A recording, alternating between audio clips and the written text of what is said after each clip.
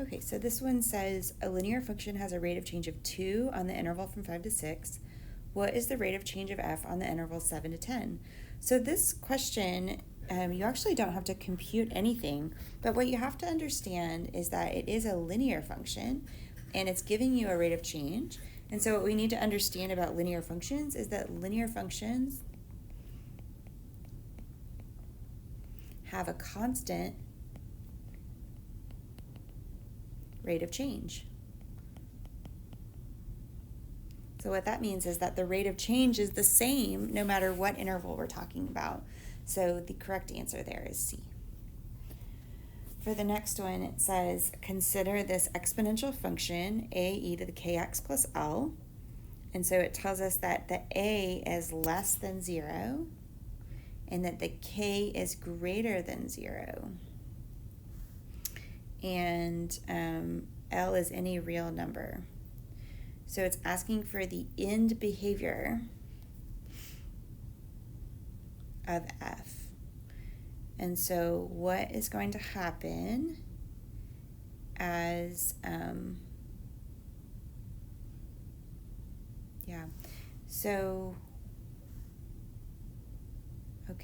so if we know that a is less than 0, we know that this whole part here will be negative.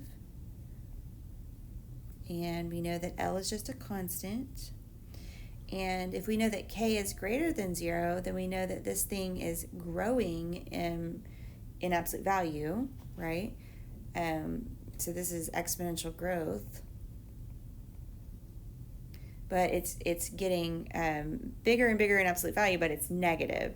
So as x goes to infinity, then this part here will be going off towards negative infinity. So it'll be getting more and more and more negative without bound. And it doesn't matter what L is just a constant.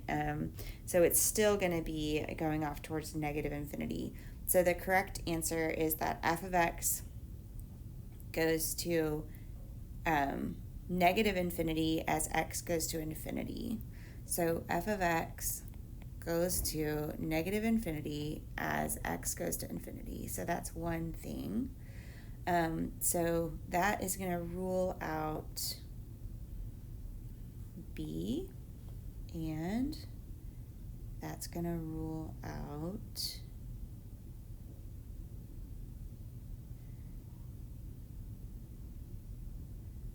well, let's see, is A the only one that says f of x goes to negative infinity as x goes to infinity? So that's true. Yeah, so that's, none of these are correct. So the correct answer is A.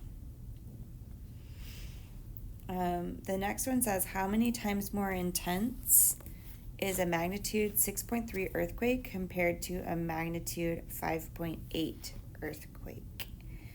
And so then we're given some information here. So we know that the magnitude is related to the intensity in these different ways. And so what we want to do is we want to compare, because it says how many times more intense. So we want to compare the intensities. So we're going to be using this formula here, because this is going to tell us we're comparing the two intensities and seeing how many times more intense something is. And so, so we're getting I1 over I2 is equal to 10 to the M1 minus M2. So that'll be 6.3 minus 5.8. And so if I do that in a calculator,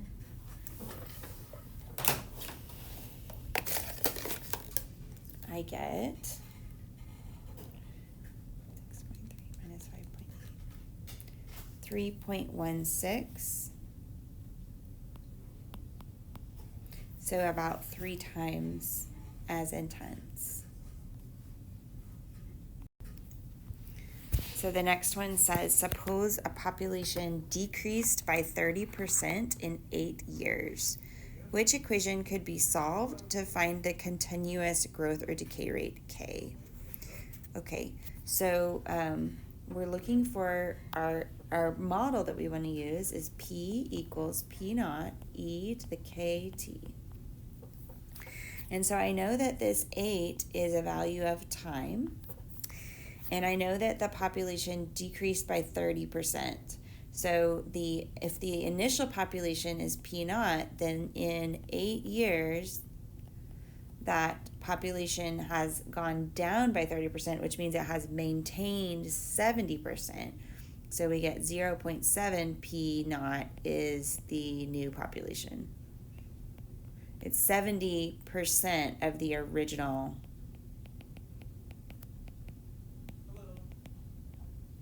population.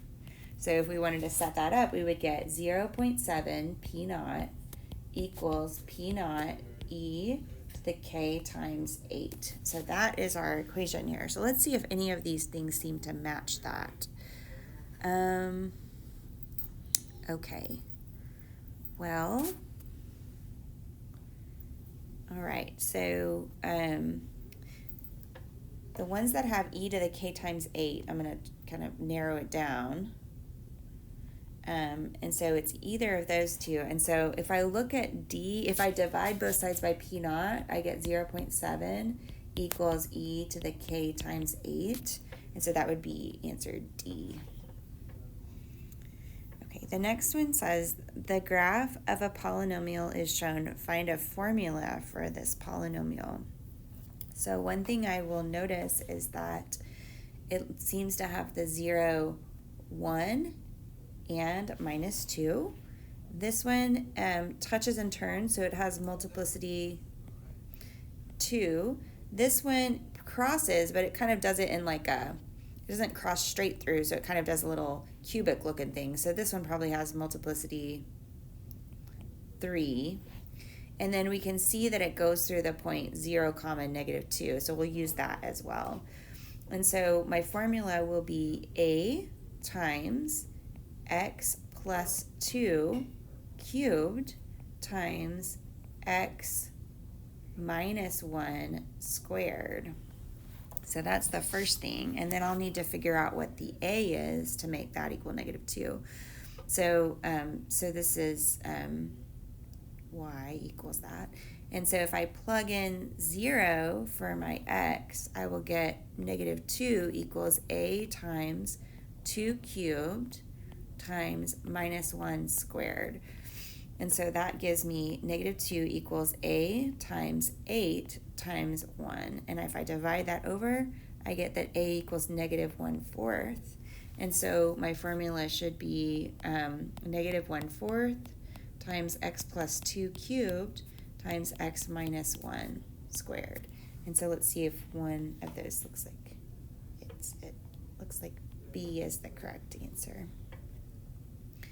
All right, for the next one it says, consider the rational function x squared minus c. If the graph of f has a hole at x equals 2, then what? Okay, so if it has a hole at x equals 2, then that means that I have a factor of x minus 2 in the denominator, and I also have a factor of x minus 2 in the numerator.